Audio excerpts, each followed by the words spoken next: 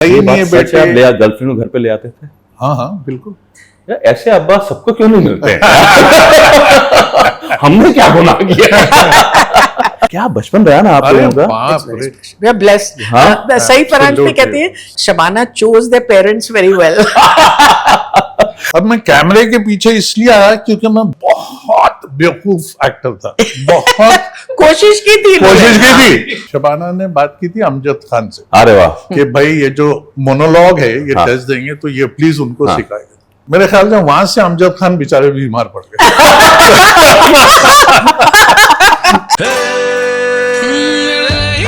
कल भी आज भी गौरव के साथ। नमस्कार, बहुत बहुत स्वागत है आपका कल भी आज भी में। मेरा नाम है गौरव और मेरे सामने दो बहुत ही स्पेशल पर्सनालिटीज बैठी हुई हैं। मैं तो इनका मतदान का मुरीद हूं और मैं बहुत खुश हूं ये दोनों एक साथ यहां सामने आए हैं।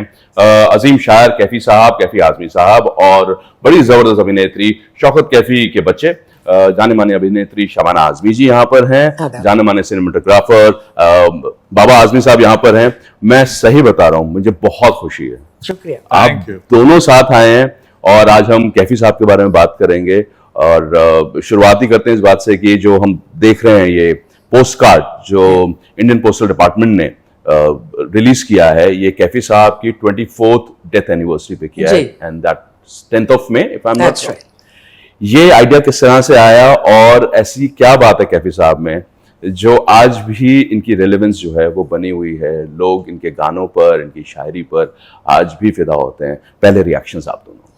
ये तो जो उनके मद्दा हैं उनको कहना चाहिए, बच्चे तो जाहिर है कि उनके चमचे ही हैं तो उनको तो बहुत ही अच्छी चीज़ें लगेंगी। लेकिन कैफी साहब की जो शख्सियत थी, जिस तरह के वो शायर थे, और जो उनका सोचने का ढंग था, वो आज भी इंतहाई रेलेवेंट है। क्योंकि बचपन से ही हमको ये सिखाया गया था कि art should be used as an instrument for social change. Communist party के वो मेंबर थे और इनकलाबी शायर थे और अपनी शायरी को हमेशा उन्होंने समाज के बदलाव के लिए इस्तेमाल किया। लेकिन फिर एक दूसरा उनका पहलू है जो बिल्कुल रोमांटिक था और उससे बिल्कुल अलहायदा, और वो आपको फिल्मों में उनकी झलक नजर आती है। तो ये जो दो कॉन्ट्रडिक्शंस उनके बीच में थे, मुझे लगता है कि वही उनको यूनिक बनाते थे। राइट, बिल्कुल यूनिक बनाते हैं।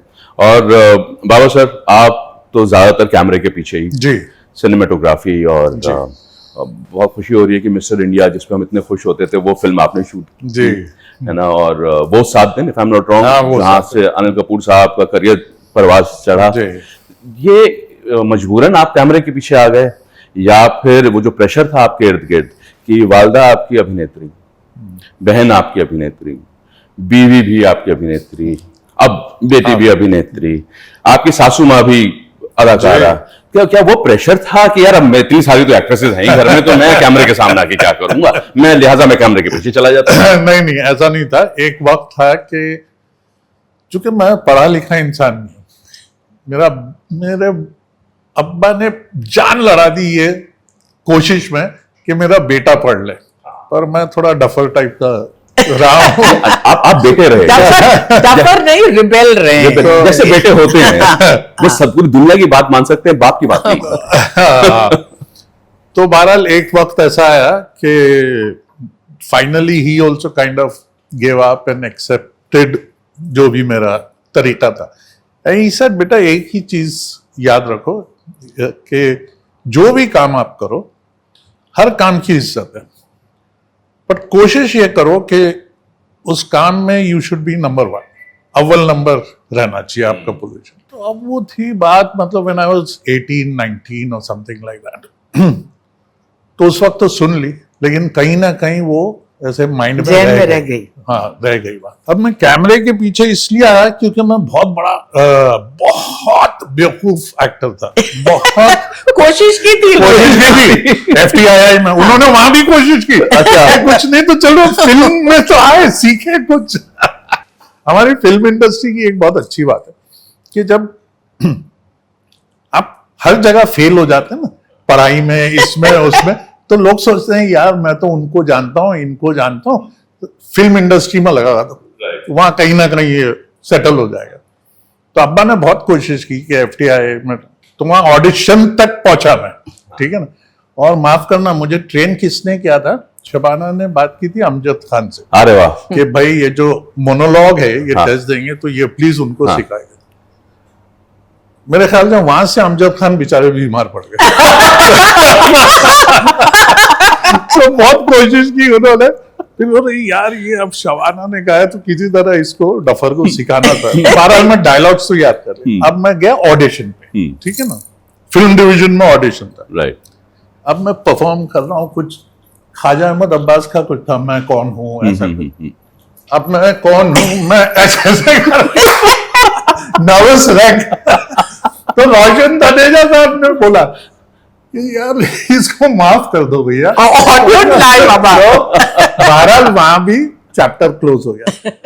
अब हम लफंटर आदमी बैठे रहते थे यहाँ वहां दोस्तों में। तो मेरे जो फर्स्ट कजन है ईशान आर्या, जिन्होंने गर्म हवा शूट की थी, हाँ वेरी गुड, तो उनके मैं बहुत करीब था, बहुत करीब। मतलब सुबह उनके घर पे जाता था और शाम तक वहीं बैठे रहता था उनके साथ, हालांकि मेरे से 12 साल बड़े।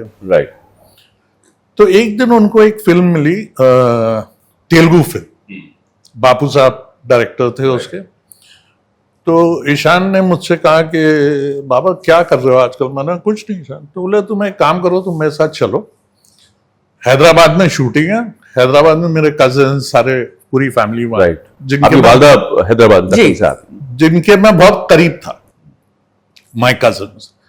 तो इसे तुम साथ चलो, हैदराबाद में शूटिंग है, और अगर तुम बोर हो जाओ तो फिर ठीक है चले जाना घर पे, अच्छा ऐसा। तो I said okay.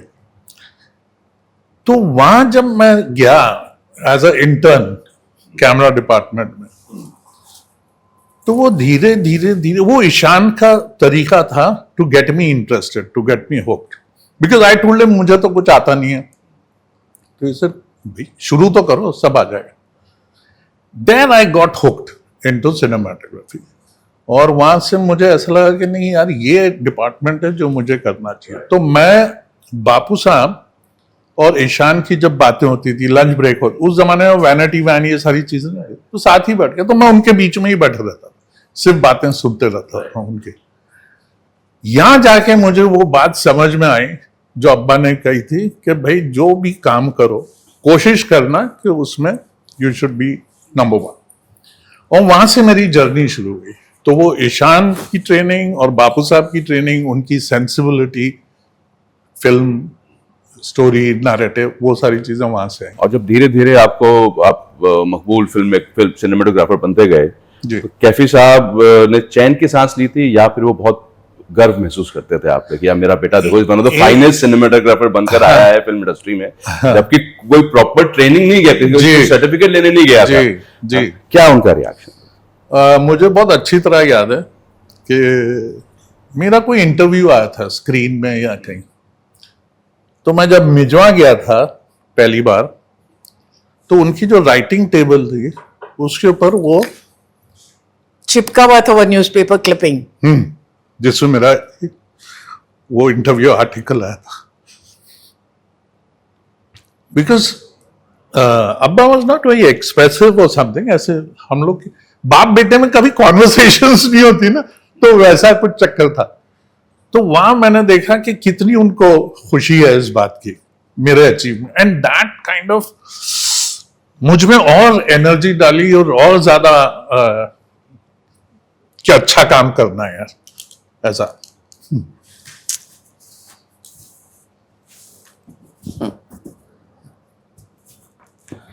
Sorry, no problem sir. बल्कि उस इंटरव्यू की फोटो है, उस इंटरव्यू की फोटो क्योंकि अब तो हम हर चीज की फोटो खींच के रख लेते हैं, बट आई थिंक वो तस्वीर होती तो शायद ये जो आपने अपने इमोशंस एक्सप्रेस किए हैं वो ना होते हमारे सामने। मिजवा को मिस करते थे, या बार बार उनकी विजिट्स होती थी वहां पर? क्योंकि जो मिजवा फाउंडेशन है वो तो बहुत कमाल का काम कर रही है, और बरसों से वो काम कर रही है। एंड आई क्लियरली रिमेम्बर एक फैशन शो हुआ था वहां पे, जहाँ पे गाना आपने यूज किया था, चलते चलते यूं ही कोई मिल गया बैकग्राउंड में, जिसपे मॉडल्स ने रैंप वॉक किया था, आपने भी वॉक किया था मेरे ख्याल से उसमें। I think Ranbir Kapoor was also there for some time. मिजवा को याद करते थे, मिस करते थे, और मिजवा फाउंडेशन का आइडिया किस तरह से आपके जहन में आया? तो दो सवाल हैं, तो पहले भाग में एक मिजवा की बात हो जाए, फिर मिजवा फाउंडेशन की हम बात करेंगे। जी, तो दरअसल मम्मी ये बताती हैं कि 1972 में उनको ब्रेन हेमरेज हुआ, जिसकी वजह से उनका हाथ और उनका बायां हाथ और बायां पाँव हमेशा के लिए मफलूज हो गया। तो बहुत यंग थे वो, 50, I think he was around 50-52।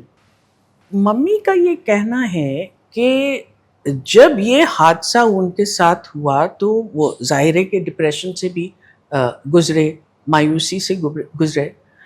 फिर मम्मी बताती हैं कि वो मिजवा मिजवा मिजवा इतना जपते थे नाम कि वो कहते थे कि मुझे लगता है कि माँ अपने बेटे को पुकार रही है। तो फिर मम्मी उनको इतनी मुश्किल से मिजवा लेकर आई। तो वहाँ उन्होंने देखा कि ये गांव जो है वो बिल्कुल वक्त में मुंजमद हो गया है, जैसे छोड़ के गए थे वैसा ही है। ना वहाँ स्कूल था, ना वहाँ बिजली थी, ना वहाँ पानी था, कुछ भी नहीं था। बल्कि ये हाल था कि मम्मी और अब्बा को डोली में बिठाकर ले जाते थे, क्योंकि सड़क भी नहीं थी।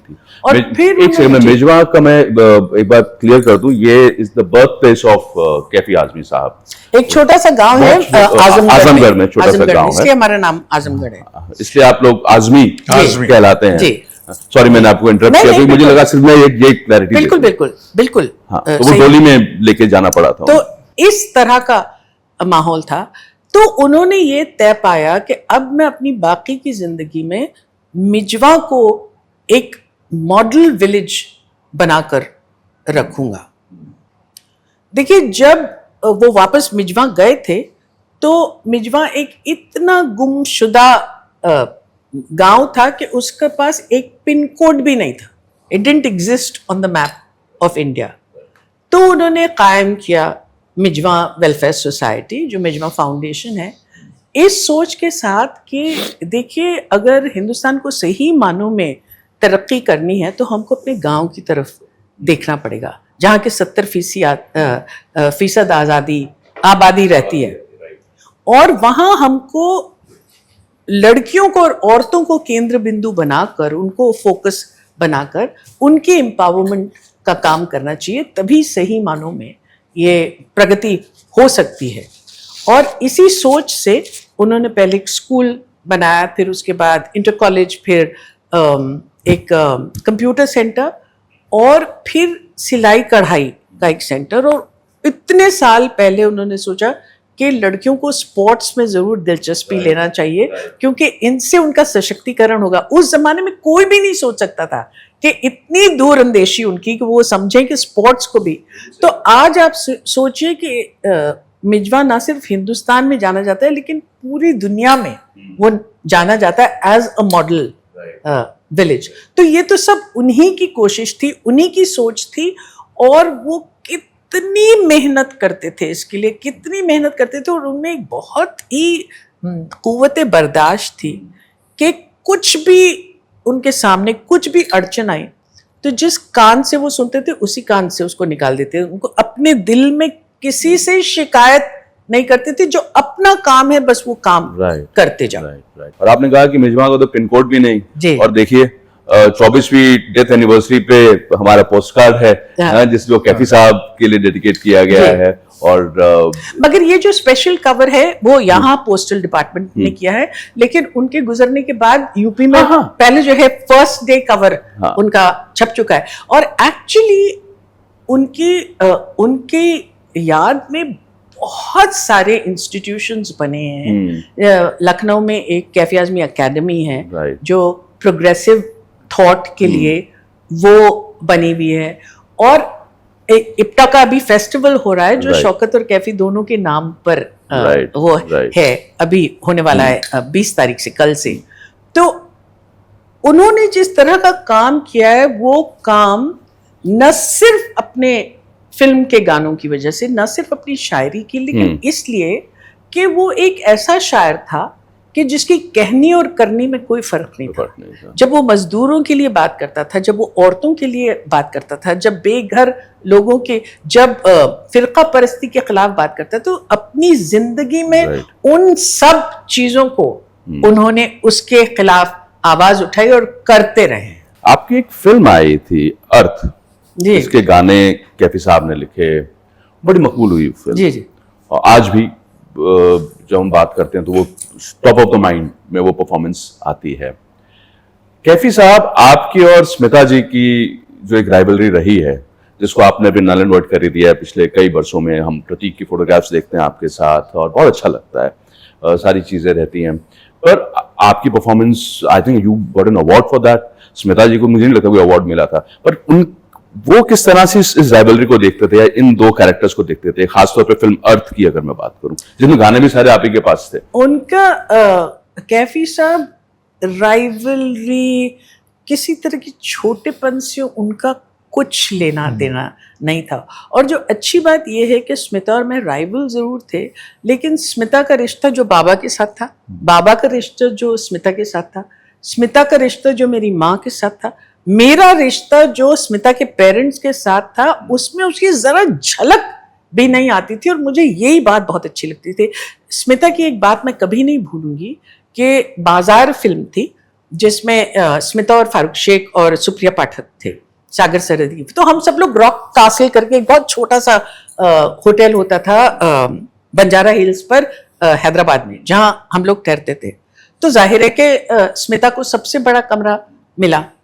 फिर उनको पता चला कि शौकत आपा आ रही हैं, बगैर कुछ बोले उन्होंने अपना कमरा मम्मी के लिए छोड़ दिया और कहा कि नहीं, ये नहीं हो सकता है कि शौकत जी जो है, देखिए मुझे गूज फ्लैश हो रहा है। तो आप देखिए किस तरह की परवरिश, किस तरह के माँ बाप, किस तरह के माहौल में पले बड़े कि पर्सनल लेवल पर राइवलरी होगी, लेकिन वो किसी तरह से उसकी झलकी जो है और किसी पर नहीं होती थी। I think that's what I am really proud of. और वो भी क्या टाइम रहा होगा ना। और आप देखिए कि आज के दिन में ऐसा सोचना भी कि ये हो सकता है, हाँ ना, it is impossible, it is impossible. Right. बल्कि मुझे तो ऐसा लगा था कि स्मिता के जाने के बाद मुझे जिस तरह का प्यार मिला था माँ से और पाटिल साहब से, मुझे रियली ऐसा लगा था जैसे कि वो मुझ में स्मिता को ही देखते हैं। और इसीलिए प्रतीक के साथ जो मेरा रिश्ता बना, क्योंकि बहुत छोटा था जब मैं पहली बार मिली थी, वो सब कुछ एक वी आर लाइक सिबलिंग्स। जब स्मिता चली गई तो मुझे लगा जैसे मेरा सिबलिंग चला गया। राइट। वो जो अम्बिलिकल कॉर्ड है वो ऐसा लगा कि वो कटा ही नहीं था।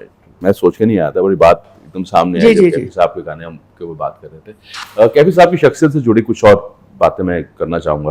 क्या वो इतने लिबरल फादर थे कि यदि आपने कहा कि भाई ये जो लड़का है मुझमें दिलचस्पी रखता है या मैं इसमें दिलचस्पी रखती हूँ, तो आप उनसे वो शेयर कर सकती थी बात, या आप कर सकते थे कि भाई मैं, हालांकि आपने तो बताया कि एक अलग तरह का कम्युनिकेशन था जो एकदम डायरेक्ट नहीं था कि मैं, ये मेरी गर्लफ्रेंड है, क्या इस बारे में रिलेशनशिप पे बात हो पाती थी? मेरे साथ कभी ये रिलेशनशिप पे डिस्कस होना, ये सारी चीजें होती नहीं। मैं गर्लफ्रेंड को घर ही ले आता था। अच्छा। कि ये है और कल से ये यहीं रहेंगी। अच्छा। बिना बोले हो जाता था। कोई मतलब वो टोकना या ये सही नहीं है बेटे, आप गर्लफ्रेंड को घर पे ले आते थे? हाँ बिल्कुल।